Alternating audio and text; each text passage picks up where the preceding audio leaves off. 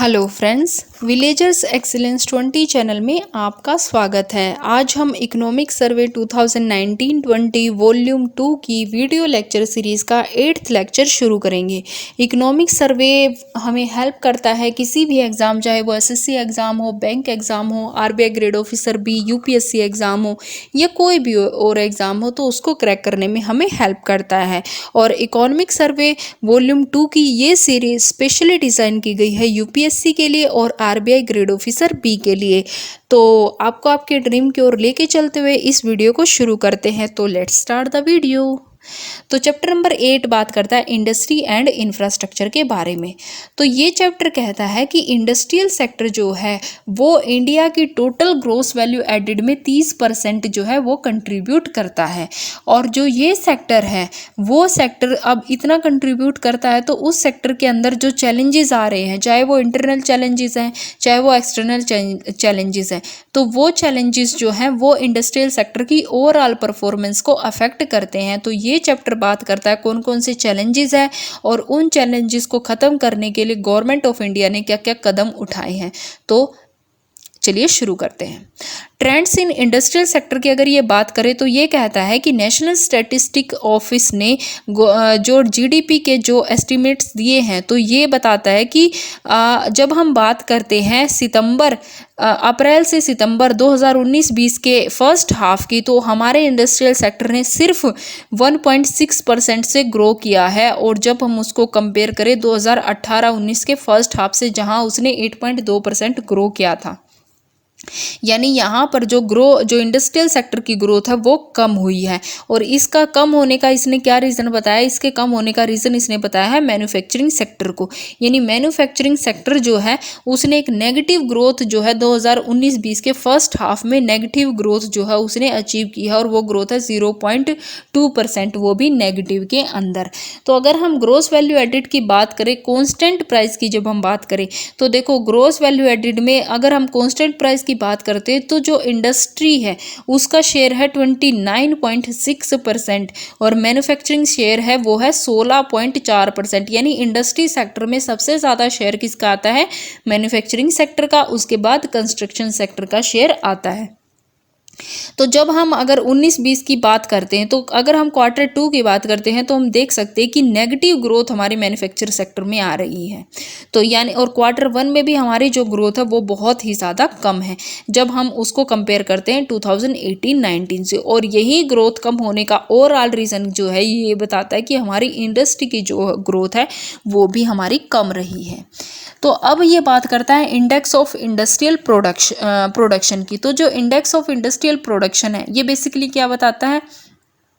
ये बताता है इंडस्ट्रियल परफॉर्मेंस की, यानी कोई इंडस्ट्री कितना ज़्यादा परफॉर्म कर रही है। तो जो इंडेक्स ऑफ इंडस्ट्रियल प्रोडक्शन है ये जो इसका वेट है ये कितना होता है? 100 इसका वेट होता है 100, जिसमें मैन्युफैक्चरिंग सेक्टर को असाइन किया गया है 77.6, माइनिंग सेक्टर को दिया गया है 14.4 और इलेक्ट्रिसिटी सेक्टर को दिया गया है 8% जो है इलेक्ट्रिसिटी सेक्टर को दिया गया है। तो ये कहता है जब हम इंडेक्स ऑफ इंडस्ट्रियल प्रोडक्शन की बात करते हैं और उसकी ग्रोथ की जब हम बात करते हैं, तो जो ग्रोथ है वो 2018-19 में कम हुई है। यानी 18-19 में जो ग्रोथ है वो 3.8% रही है जब हम उसको कंपेयर करते हैं 2017-18 जो कि 4.4% है। और ये भी यही बताता है कि जो ग्रोथ है वो जो कम हुई है वो किस लिए कम हुई है? कि वो इसलिए कम हुई है कि मैन्युफैक्चर सेक्टर्स में जो है जो एक्टिविटीज़ जो है वो जो है कम हुई हैं। और उसका रीज़न क्या बताता है? उसका रीज़न ये बताता है, एक सेकेंड। तो उसका रीज़न ये बताता है कि जो क्रेडिट फ्लो है मीडियम और स्मॉल इंडस्ट्रीज़ में वो कम हुआ है। क्रेडिट फ्लो कम हुआ है, साथ ही साथ जो एनबीएफसीज़ हैं उनकी जो लिक्विडिटी क्रंच की उनमें प्रॉब्लम आ गई है। दूसरा हमारे पास क्या है? जो डिमांड अभी घट रही है ऑटोमोटिव सेक्टर्स में, जो डिमांड घट रही है उसकी वजह से भी क्रेडिट फ्लो जो है वो कम हुआ है। तो ये जो सारे रीजंस हैं, जो क्रूड ऑयल प्राइस में हमारे, अब हम देख सकते हैं कि उसमें भी वोलेटिलिटी चल रही है, या हम देख सकते हैं जो यूएसए और चाइना में जो ट्रेड वॉर इस टाइम पे हाल फिलहाल चला हुआ है, तो उन सारी ट्रेड सर्टिनिटीज़ की वजह से जो है ओवरऑल मैन्युफैक्चरिंग एक्टिविटीज़ पे झटका लगा है, और उन्हीं की वजह से जो हमारा, जो हम देख सकते हैं कि जो इंडेक्स ऑफ इंडस्ट्रियल प्रोडक्शन है उसकी जो ग्रोथ है वो भी हमारी कम रही है। तो ये चैप्टर बात करता है कि जो अब अगर हम की एक्सपोर्ट्स की बात करें तो कौन कौन से हमारे सेक्टर हैं, वो हैं James and jewellery, basic metals, leather product and textile product. तो ये सारों ने अब की बार अंडर परफॉर्म किया है हमारे पास। तो देखो, अगर हम देखें जैसे कंज्यूमर ड्यूरेबल्स की बात करते हैं, इसकी ग्रोथ भी नेगेटिव में रही है। इंफ्रास्ट्रक्चर और कंस्ट्रक्शन गुड्स की बात करते हैं, इसकी ग्रोथ भी नेगेटिव में रही है। और कैपिटल गुड्स की ग्रोथ भी जो है हमारे पास वो नेगेटिव में रही है। इवन माइनिंग की ग्रोथ भी नेगेटिव में रही है, और माइनिंग की ग्रोथ नेगेटिव में रहने का रीज़न हमारे पास जो है वो था रेन। तो अगर हम बात करें monthly grow in percentage of IIP, तो अगर हम ये बात करते तो हम देख सकते हैं कि सबसे ज़्यादा जो ग्रो हुआ वो प्राइमरी गुड्स में हुआ है। और अगर हम यहाँ बात करें यानी कैपिटल गुड्स की जब हम बात करें, या कंज्यूमर ड्यूरेबल्स की बात करें, या इंफ्रास्ट्रक्चर कंस्ट्रक्शन की बात करें, या इंटरमीडिएट गुड्स की बात करें, तो यहाँ पर जो है जो ओवरऑल जो ग्रोथ है वो हमारी नेगेटिव में रही है। अब ये बात करता है 8 कोर इंडस्ट्रीज़ के बारे में। तो सबसे पहले हमें पता होना चाहिए 8 कोर इंडस्ट्रीज़ कौन कौन सी होती हैं। तो 8 कोर इंडस्ट्री कौन कौन सी होती है? ये होती है coal, crude oil, natural gas, refinery product, fertiliser, steel, cement and electricity. और जो इंडेक्स है 8 कोर इंडस्ट्रीज़ का, ये जो इंडेक्स है, ये जो है इंडेक्स ऑफ इंडस्ट्रियल प्रोडक्शन का 40.26% कवर करता है। यानी इंडेक्स ऑफ इंडस्ट्रियल प्रोडक्शन में 8 कोर इंडस्ट्रीज़ का कितना पार्टिसिपेशन है? वो है 40.27% का पार्टिसिपेशन इसके अंदर है।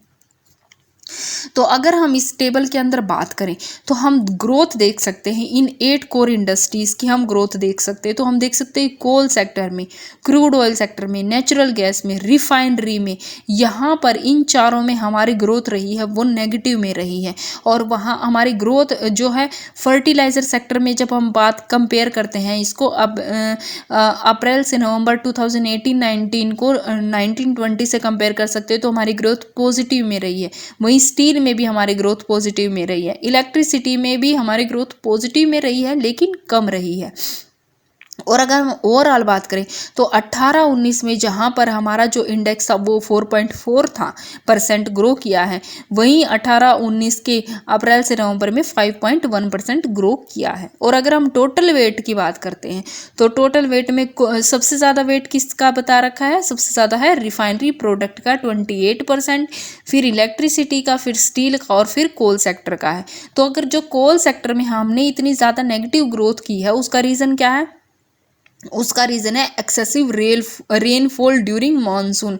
मानसून के साथ जब रेनफॉल होगा तो हमारे यहाँ जो कोल माइनिंग है वो बेसिकली जो है वो ओपन में होती है, तो जो रेनफॉल की वजह से जो है माइनिंग में दिक्कत आई है। दूसरा, लॉ एंड ऑर्डर प्रॉब्लम्स जो है वो हमेशा रही हैं। और तीसरा जो है सितंबर 2019 में जो है स्ट्राइक हुई थी जिसने कोल सेक्टर को इम्पैक्ट किया है। और वहीं क्रूड ऑयल में अगर हम नेगेटिव ग्रोथ की बात करें तो उसके लिए कौन कौन से इश्यूज हैं? वहाँ है पावर शटडाउन का इशू है, इलेक्ट्रिकल फॉल्ट हो जाते हैं रेन्स, विंड और थंडरस्टॉर्म्स की वजह से, जिसके लिए क्रूड ऑयल इंडस्ट्री ने अब की बार जो है नेगेटिव ग्रोथ अचीव की है। तो जब हम सेंट्रल पब्लिक सेक्टर एंटरप्राइजेस की बात करते हैं तो वो चैप्टर क्या कहता है? वो कहता है कि हमारे यहाँ total 348 central public sector enterprises हैं, जिसमें से 249 ऑपरेशन में, और इन 249 में से 178 जो है प्रॉफिट शो करती हैं, 70 जो है वो लॉस है, और एक ऐसी है जो ना प्रॉफिट है ना लॉस है। तो अगर हम टोटल जो ओवरऑल प्रॉफिट की बात करें तो वो हमारा प्रॉफिट कितना हुआ? 1.75 लाख करोड़, और लॉस की बात करें तो 31,000 करोड़ के समथिंग हमें लॉस हुआ है। यानी अगर हम नेट प्रॉफिट की बात करते हैं तो वो हमारा नेट प्रॉफिट जो है वो वेंट अप किया, यानी ग्रो किया है, कितना? 15.52% बढ़ा है। कितना हो गया है 1.43 लाख करोड़ हो गया है 2018-19 में as compared to 1.24 lakh in 17 and 18। और जब हम इन्वेस्टमेंट की बात करते हैं तो हम देखते हैं कि 18-19 में हमारी इन्वेस्टमेंट भी बढ़ी है, 14.65% हमारी इन्वेस्टमेंट रही है। जब उसको हम कंपेयर करें 17-18 में वो थी 11.71%। तो अगर हम ग्रोथ की बात करते हैं और नेट प्रॉफिट की बात करते हैं तो हम देख सकते हैं कि जो हमारी ग्रोथ है, जो हमारी सेल्स है, अगर हम 2019-20 के Q2 की बात करें या Q1 की बात करें तो हमारी जो सेल्स है वो नेगेटिव में गई है, यानी मैन्युफैक्चरिंग कंपनीज ने हमारे यहाँ जो है नेगेटिव में ग्रोथ की है। तो जो अगर हम कॉरपोरेट सेक्टर के परफॉर्मेंस की बात करते हैं तो जो ये स्लो डाउन हमारा आया है इस सेक्टर में, इंडस्ट्री सेक्टर में, वो बेसिकली किसकी वजह से हुआ है? वो petroleum product, iron and steel, motor vehicle और दूसरे ट्रांसपोर्ट इक्विपमेंट कंपनी की वजह से हमारे यहाँ स्लो डाउन हुआ है। यानी इन सेक्टर में हमने ज़्यादा बेहतर ग्रोथ नहीं की गई है, जिसकी वजह से जो है ओवरऑल स्लो डाउन देखा गया है। तो जब ग्रोस कैपिटल फॉर्मेशन की बात करें इंडस्ट्रियल सेक्टर में तो हम देख सकते हैं कि ग्रोस कैपिटल फॉर्मेशन में अगर हम देखें तो इंडस्ट्री सेक्टर में जो है अब की बार जो हमने ओवरऑल जो अगर हम ग्रोथ की बात करें तो वो हमारी ग्रोथ बढ़ी है। यानी 2016-17 में जहाँ नेगेटिव ग्रोथ की, हमारे 2017-18 में हमने पॉजिटिव ग्रोथ की है, वो भी 7.6% की ग्रोथ की है। लेकिन माइनिंग सेक्टर की अगर हम बात करें तो माइनिंग सेक्टर में हमने लेसर ग्रोथ की है और वही हमने कंस्ट्रक्शन सेक्टर में भी लेसर ग्रोथ की है और ज़्यादा ग्रोथ हमने इलेक्ट्रिसिटी सेक्टर में की है। Electricity, gas, water supply sector में हम नेगेटिव से पॉजिटिव आए हैं और हमने अच्छा परफॉर्म किया है। और जब हम बात करें, अगर हम क्रेडिट फ्लो की बात करते हैं इंडस्ट्रियल सेक्टर में, यानी कहाँ ज़्यादा क्रेडिट हुआ है, कहाँ कम क्रेडिट फ्लो हुआ है, तो उस इंडस्ट्री सेक्टर की अगर हम बात करें तो हमारे यहाँ सितंबर, अगर हम सितंबर को कंपेयर करते हैं 2018 से सितंबर 2019 को, तो हमारे यहाँ इंडस्ट्री सेक्टर में जो है वो क्रेडिट जो है वो बढ़ा है लेकिन ज़्यादा नहीं बढ़ा, यानी ऑलमोस्ट एक जैसा सा क्रेडिट रहा है। और माइनिंग सेक्टर में हम देख सकते हैं कि यहाँ हमने देखा माइनिंग सेक्टर की ग्रोथ जो है वो हमारी कम हुई है। तो उसका एक रीज़न ये भी है कि माइनिंग सेक्टर का जो है हमारे यहाँ क्रेडिट फ्लो जो है माइनिंग सेक्टर में वो बहुत ही ज़्यादा कम हुआ है। जहाँ पिछले साल 29.8% था वही अब घटकर नेगेटिव में हो गया है। साथ के साथ हम टेक्सटाइल में भी हमारा नेगेटिव में गया है, पेट्रोलियम, कोल प्रोडक्ट्स में भी हमने नेगेटिव में क्रेडिट फ्लो हुआ है हमारा, और ये ग्लासवेयर्स में भी नेगेटिव में फ्लो हुआ है हमारा क्रेडिट। और जब हम बात करते हैं सबसे ज़्यादा क्रेडिट कहाँ फ्लो हुआ है, तो जैसे देखो सीमेंट सेक्टर में हुआ है हमारा, नेगेटिव से पॉजिटिव हम पहुँच गए हैं सीमेंट सेक्टर में। और हमारा कहाँ फ्लो हुआ है, कंस्ट्रक्शन सेक्टर में हुआ है, हमारा इंफ्रास्ट्रक्चर सेक्टर में हमारा जो है क्रेडिट ज़्यादा फ्लो हुआ है। यानी किस किस फील्ड में, यानी अगर हम बात करें सीमेंट की, ऑल इंजीनियरिंग की, कंस्ट्रक्शन की, इंफ्रास्ट्रक्चर की, यहाँ तो हमने देखा पॉजिटिव ग्रोथ हुई, यानी मेरा क्रेडिट फ्लो ज़्यादा हुआ है। जबकि अगर हम माइनिंग की बात करते हैं, टेक्सटाइल की बात करते हैं, पेट्रोलियम की बात करते हैं, तो यहाँ पर जो हमारा क्रेडिट जो है वो नेगेटिव में फ्लो हुआ है। अब ये बात करता है ईज ऑफ डूइंग बिजनेस की। ईज ऑफ डूइंग बिजनेस का मतलब क्या है? ईज ऑफ डूइंग बिजनेस जो है वर्ल्ड बैंक की रिपोर्ट है जो कि ये बताती है कि किसी भी कंट्री में जो है बिजनेस करना कितना ज़्यादा आसान है, यानी कितना ज़्यादा सिंपल है। वहाँ पर बिजनेस के रूल्स कितने ज़्यादा हैं, सिंपल है। वहाँ पर गवर्नमेंट क्या बेहतर तरीके से, क्या एफिशिएंट वे में जो है अपने रिसोर्सेज को यूज़ करने के लिए पॉलिसी बना रही है, तो ये बताता है ईज ऑफ डूइंग बिजनेस। तो इंडिया की जो रैंक है वो ये रैंक कहता है कि 2020 की जो रिपोर्ट है तो हमारी रैंक 190 कंट्रीज में 63rd पोजीशन पे हम हैं। और हमने जो है इस रैंक में कितना जंप किया है, 14 रैंक हमने जंप किया है। यानी जब हम देखें 2018 में हमारी रैंक 77 थी और अब हम 63 पहुंच चुके हैं, यानी हमने 14th जो है वो अंक जो है वो ज़्यादा हासिल किए हैं। और ईज ऑफ डूइंग बिजनेस जो है वो 10 पैरामीटर्स पे, 10 इंडिकेटर्स पे बेस होता है और इंडिया ने जो है 10 में से 7 में जो है वो ग्रोथ हासिल की है।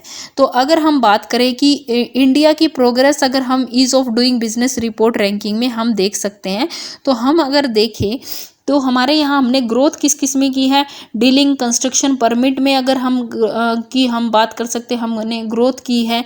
साथ के साथ इलेक्ट्रिसिटी गेटिंग करने में हमने ग्रोथ की है।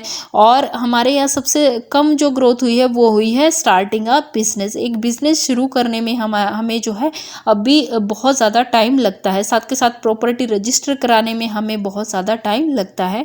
पेइंग टैक्सेस में हमें बहुत ज़्यादा टाइम लगता है। यानी ये सारे सेक्टर ऐसे हैं जहाँ इंडिया को अभी और ज़्यादा जो है कदम उठाने की ज़रूरत है, ताकि ईज़ ऑफ डूइंग को बढ़ाया जा सके और हमारी रैंकिंग को सुधार किया जा सके, इंडिया में इन्वेस्टमेंट आ सके। फिर ये बात करता है स्टार्टअप इंडिया के बारे में, यानी इनोवेशन बढ़ाने के लिए, एंटरप्रेन्योरशिप को बढ़ाने के लिए नई नई एंटरप्राइजेस आए, रजिस्टर हो इंडिया में, ताकि ईज ऑफ डूइंग बिजनेस में हमारी रैंक अच्छा हो। इसके लिए गवर्नमेंट ऑफ इंडिया क्या इनिशिएटिव लेके आए, तो इनिशिएटिव लेके आए startup India, stand up India, और ये लेके आए अगस्त 15 2015 के अंदर। और ये किस लिए लेके आए हैं, ताकि हमारे यहाँ जो है एंटरप्रेन्योरशिप का बढ़ावा हो और इनोवेशन को बढ़ावा मिले। इसके अंदर जो है 19 एक्शन प्लान को शामिल किया गया है। और अगर हम जनवरी 8 2020 तक का डाटा देखें तो हमारे 551 डिस्ट्रिक्ट में 27,084 स्टार्टअप जो है अब तक वो जो है रजिस्टर्ड हो चुके हैं। और इन स्टार्टअप्स में से जो 43 स्टार्टअप्स हैं उनकी जो डायरेक्टर है वो एक डायरेक्टर उनमें एटलीस्ट वुमेन है। तो अगर हम स्टेट्स की बात करें तो कहाँ सबसे ज़्यादा स्टार्टअप्स हुए हैं, तो सबसे ज़्यादा फर्स्ट पोजीशन पे है महाराष्ट्र, जहाँ ऑलमोस्ट 19% स्टार्टअप्स हैं। और फिर दूसरे नंबर पे कर्नाटका, तीसरे नंबर पे दिल्ली और फोर्थ पोजीशन पे है उत्तर प्रदेश।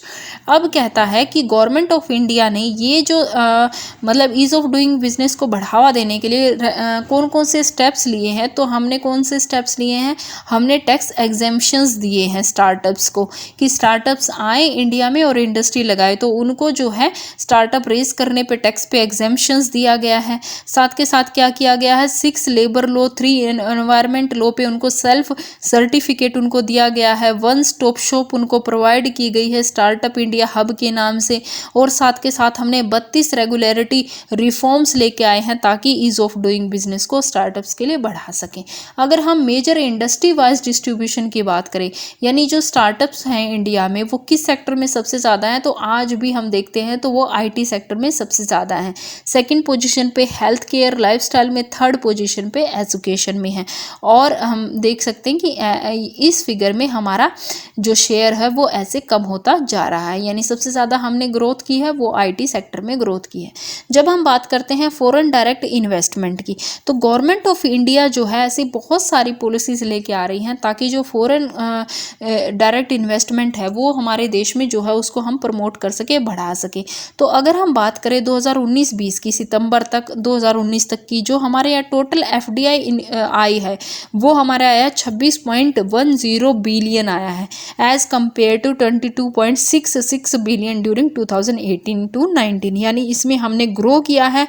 और ये जो हमारे पास 26.10 बिलियन यूएस डॉलर की इक्विटी फ्लो आया है, टोटल एफडीआई का फ्लो आया है, ये सबसे ज़्यादा कहाँ से आया है, Singapore, Mauritius, Netherlands, USA and Japan से।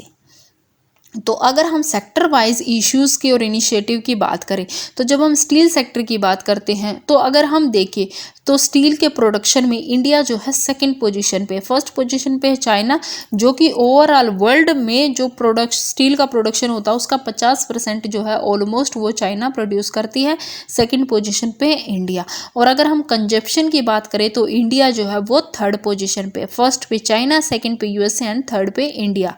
और पर कैपिटा अगर हम कंजप्शन की बात करें इंडिया में, तो पर कैपिटा कंजप्शन हमारे यहाँ कितना है, 74 kg।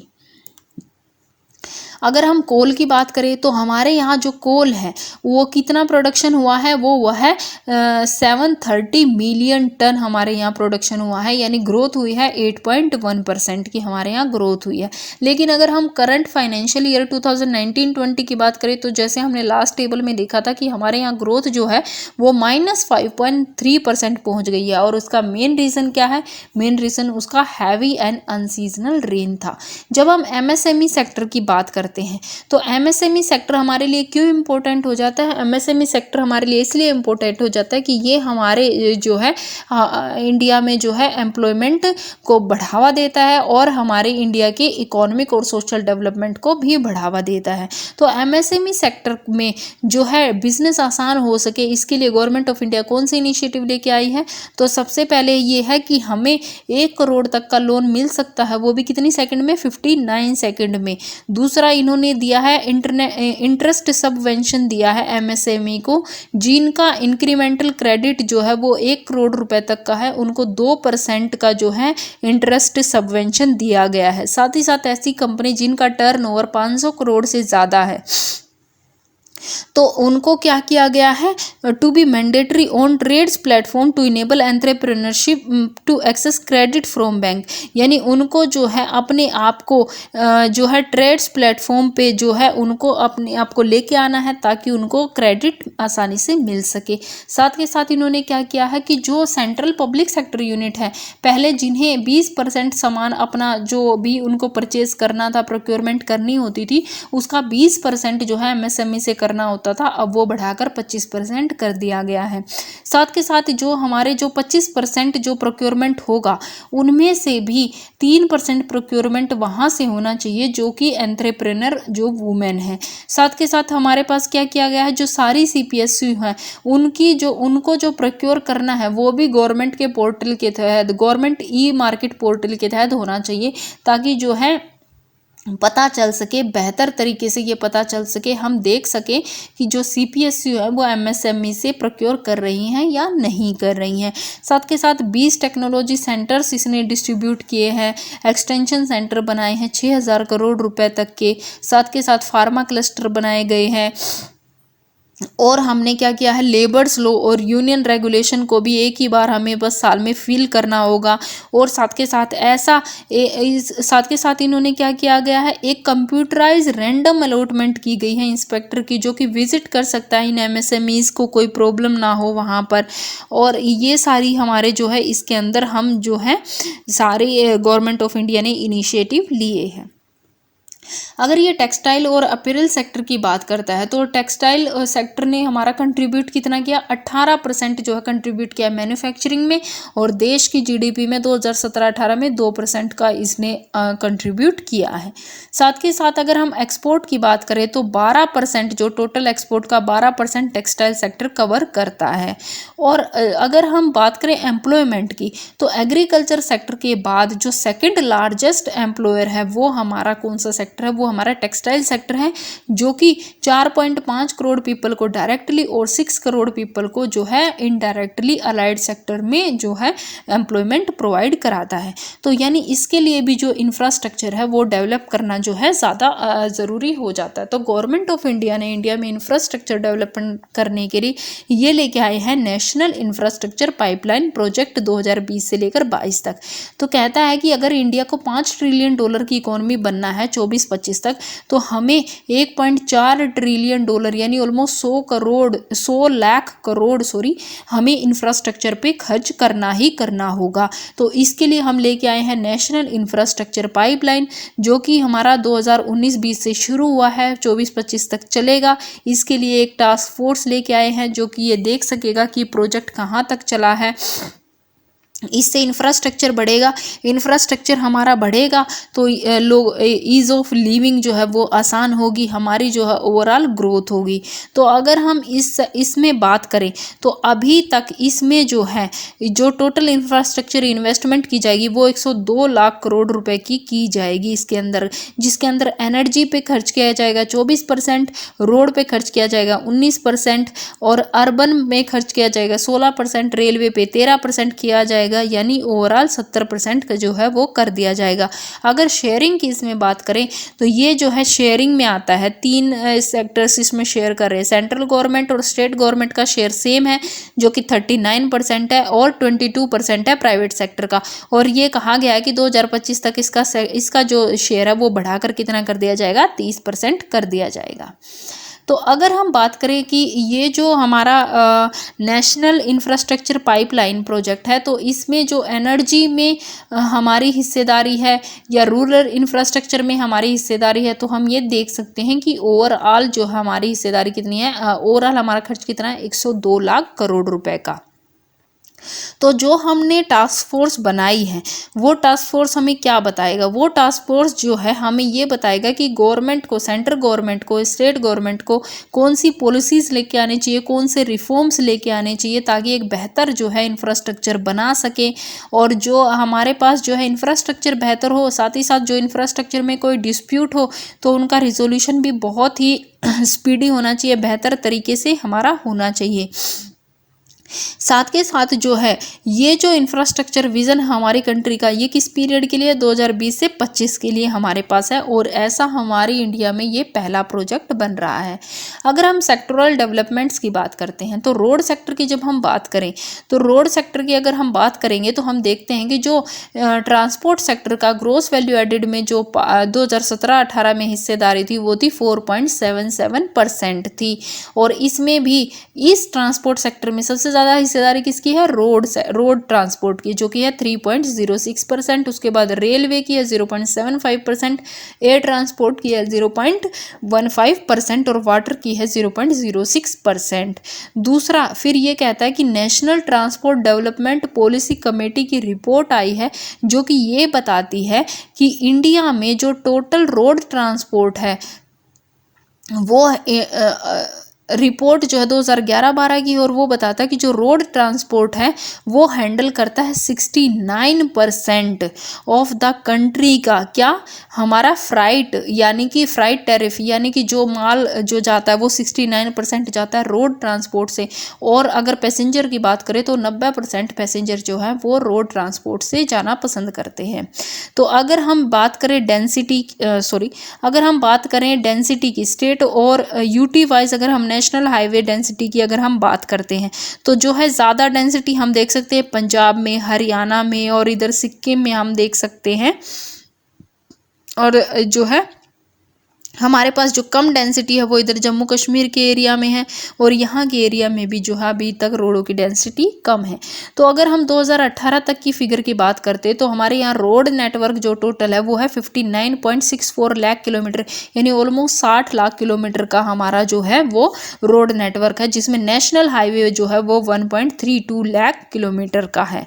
और अगर हम बात करें पेस की, यानी कि जो रोड कंस्ट्रक्शन का हमारा जो 15-16 में हम जो 17 किलोमीटर पर डे जो रोड कंस्ट्रक्ट करते थे, वहीं 18-19 में वही हमारा ऑलमोस्ट 30 किलोमीटर्स पर डे हो गया है।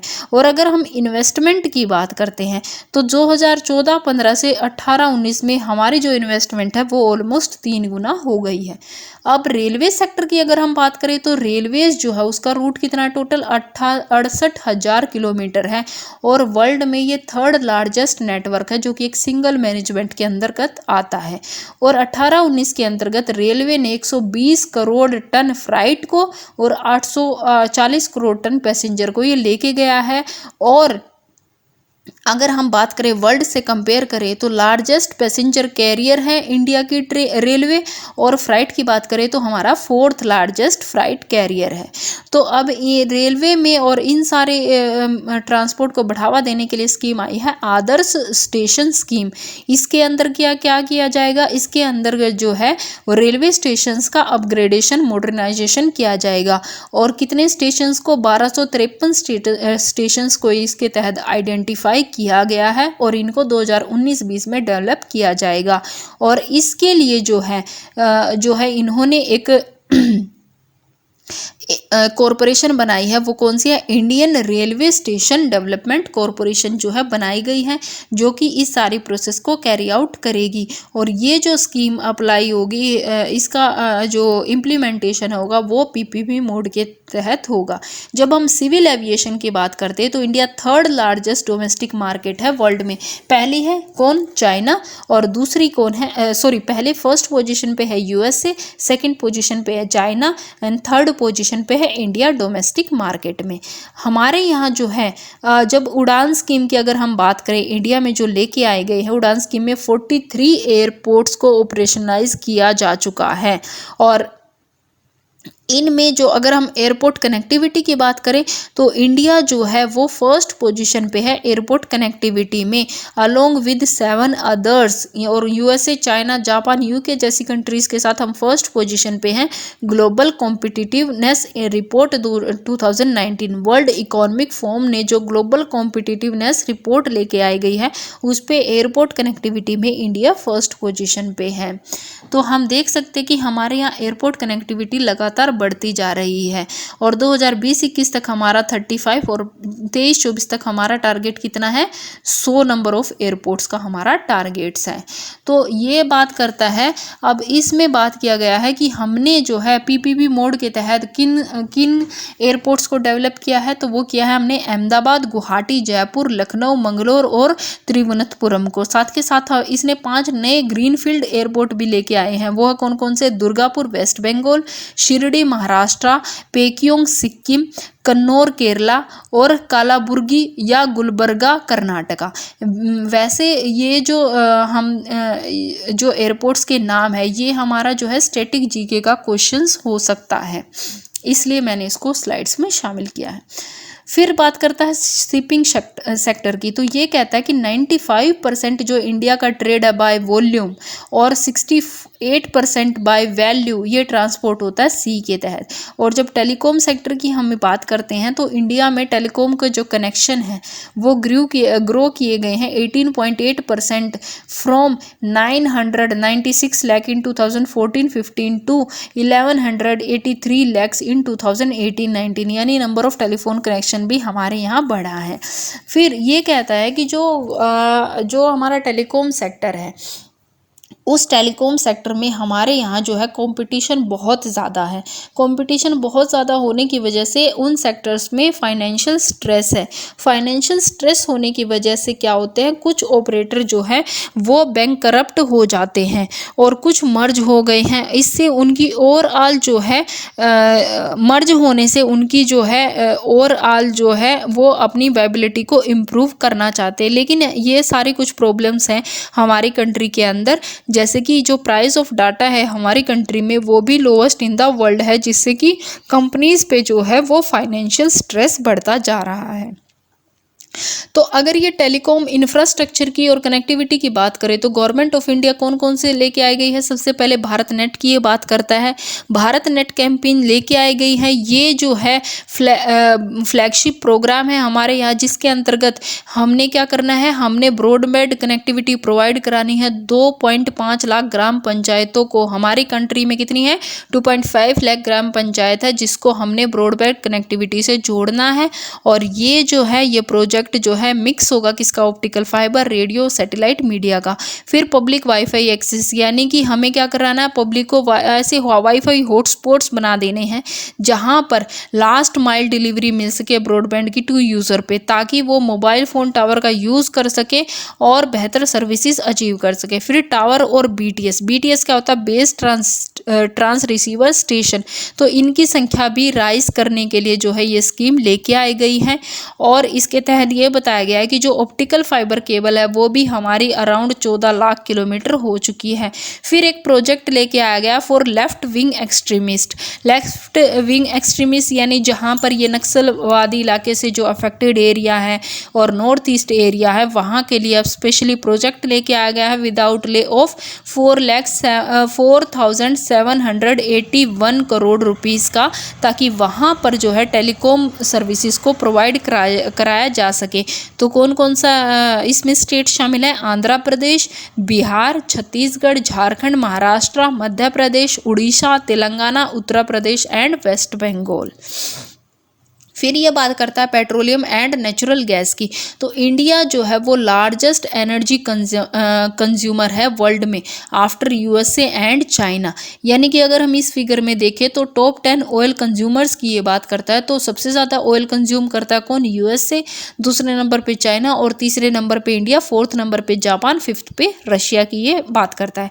और अगर हम प्रोडक्शन में बात करें यानी कंजप्शन में हम तीसरे नंबर पे, लेकिन अगर हम बात करें प्रोडक्शन में तो हम देख सकते हैं कि सबसे ज़्यादा जो प्रोडक्शन है हमारा वो प्रोडक्शन है यूएसए का, दूसरे नंबर पे चाइना का, लेकिन इंडिया का जो प्रोडक्शन है वो हमारा कम हो रहा है। यानी कि अगर हम ऑयल प्रोडक्शन की हम बात करते हैं मेजर इकोनॉमी का, यानी कि यूएसए और चाइना जो कि सबसे ज़्यादा कंज्यूम करते हैं और इंडिया भी ऑलमोस्ट तीसरी पोजीशन पे कंजप्शन में, लेकिन प्रोडक्शन में हम उनसे बहुत ज़्यादा पीछे हैं। अगर हम रिफाइनरी कैपेसिटी की बात करते हैं तो हमारी रिफाइनरी कैपेसिटी जो है उसमें हम वर्ल्ड में फोर्थ पोजीशन पे हैं। फर्स्ट पोजीशन पे यूएसए, सेकंड पे चाइना एंड थर्ड पे रशिया और फोर्थ पे इंडिया। जब हम पावर सेक्टर की बात करते हैं तो जो एनर्जी ट्रांजिशन इंडेक्स है जो कि जारी करता है वर्ल्ड इकोनॉमिक फोरम, यानी वर्ल्ड इकोनॉमिक फोरम जारी करता है एनर्जी ट्रांजिशन इंडेक्स, इसमें इंडिया की रैंकिंग जो है इम्प्रूव होके हम पहुंच गए हैं 76th पोजीशन पे। तो ये जो कहता है ये बताता है कि fostering effective energy transition 2019 report जो है वर्ल्ड इकोनॉमिक फोरम की वो ये बताती कि इंडिया, इंडोनेशिया और बांग्लादेश जो है उन्होंने सबसे ज़्यादा जो है वो ग्रो किया है due to strong political commitment, और एक स्टेबल पॉलिसी रिजीम बनाया गया है, ग्रिड को एक्सपेंस किया गया है और इन्होंने अपने रिसोर्सेज को डिसेंट्रलाइज किया है और इंफ्रास्ट्रक्चर को डेवलप किया है। तो अगर हम फ्यूल वाइज बात करें, अगर हम पावर सेक्टर की बात करें तो सबसे ज़्यादा जो हिस्सेदारी है वो है थर्मल की। इसकी हिस्सेदारी ऑलमोस्ट 63% है। फिर हमारे पास जो है उसके बाद अगर हम बात करते हैं, ये तो हो गया हमारे फ्यूल वाइज। अगर हम सेक्टर वाइज की बात करते हैं तो प्राइवेट सेक्टर की परसेंट हिस्सेदारी इसमें कितनी है?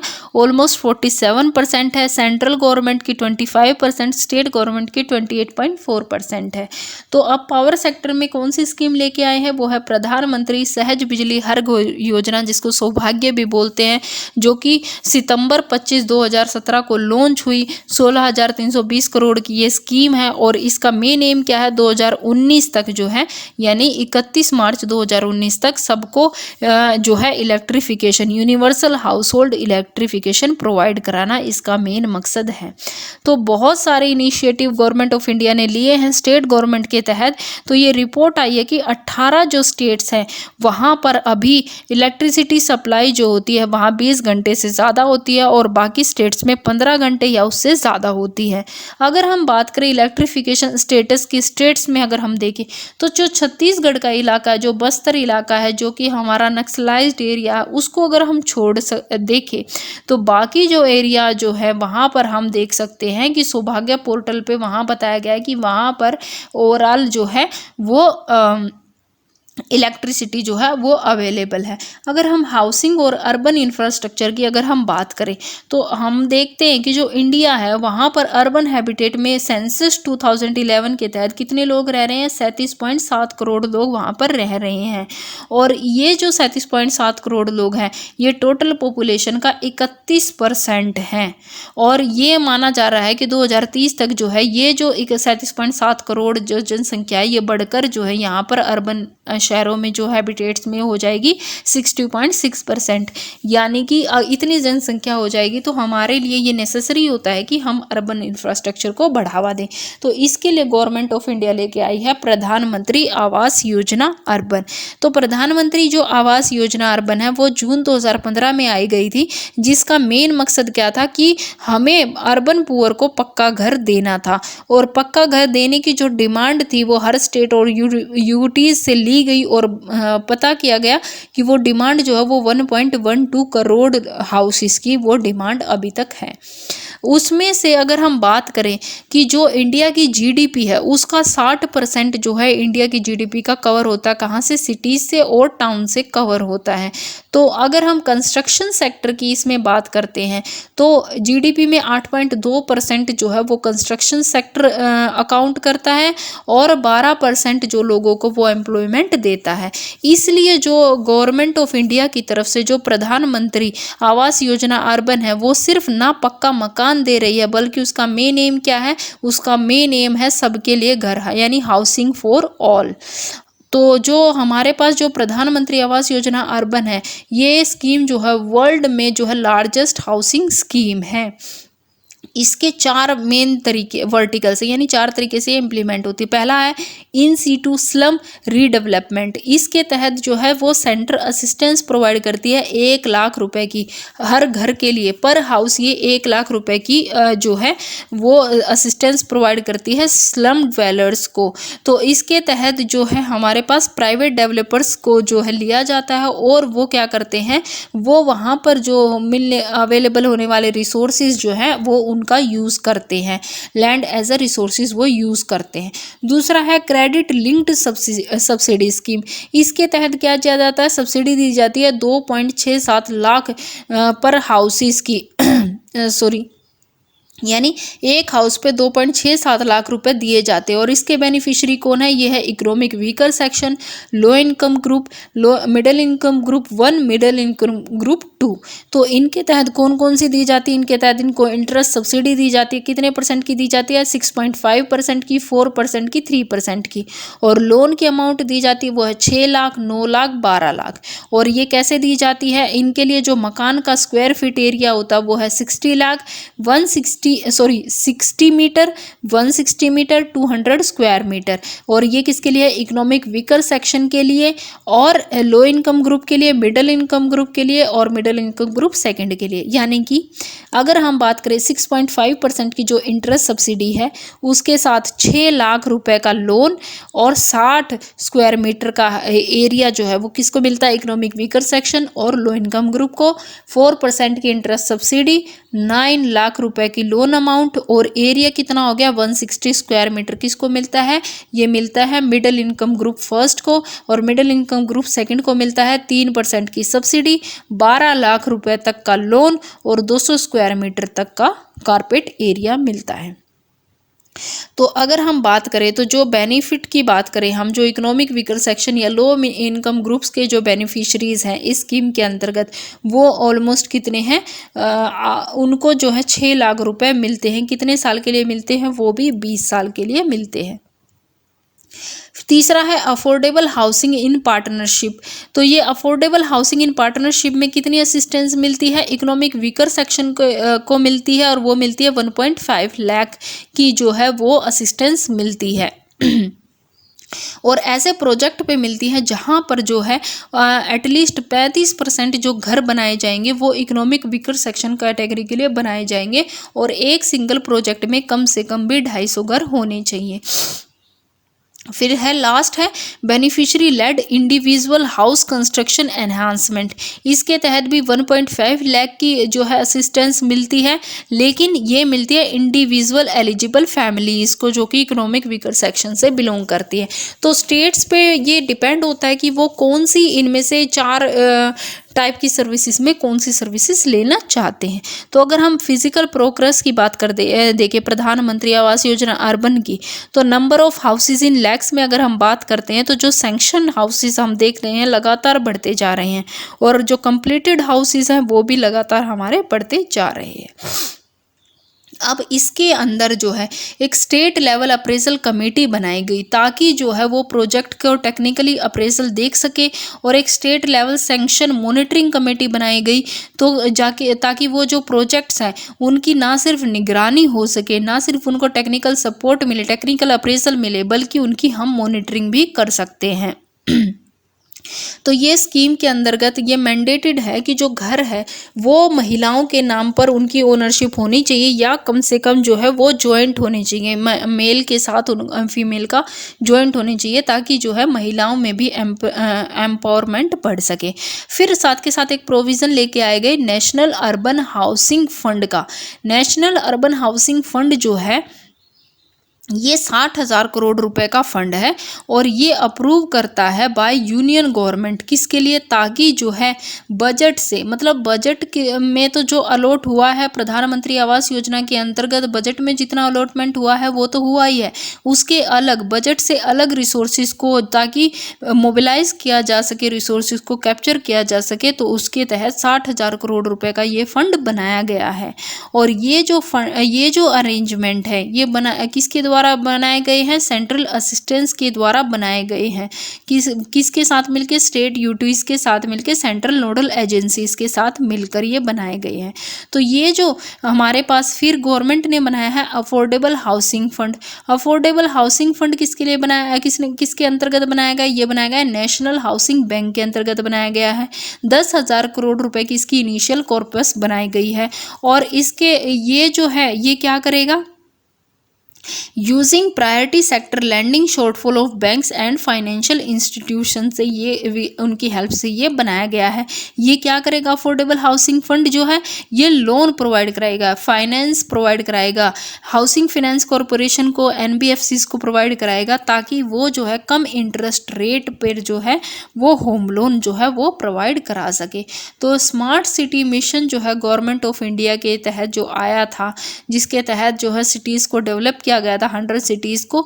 तो एज ऑन 2019 के अंतर्गत अगर हम देखें तो अभी तक अगर हम स्मार्ट कमांड कंट्रोल सेंटर की बात करें तो वो 26 सिटीज़ में पूरा हो चुका है। पब्लिक प्राइवेट पार्टनरशिप के तहत हमने 82 प्रोजेक्ट्स पूरे कर लिए हैं। स्मार्ट रोड की बात करें तो 127 प्रोजेक्ट पूरे कर लिए हैं। सोलर में हमने 39 प्रोजेक्ट, वाटर में 51 और वाइब्रेंट पब्लिक स्पेसिस में 44 प्रोजेक्ट्स हमने कवर कर लिए हैं। तो आज के लिए सिर्फ इतना ही, मिलते हैं नेक्स्ट वीडियो में। Till then thank you, bye bye. If you like the video then please do like, share and subscribe my channel.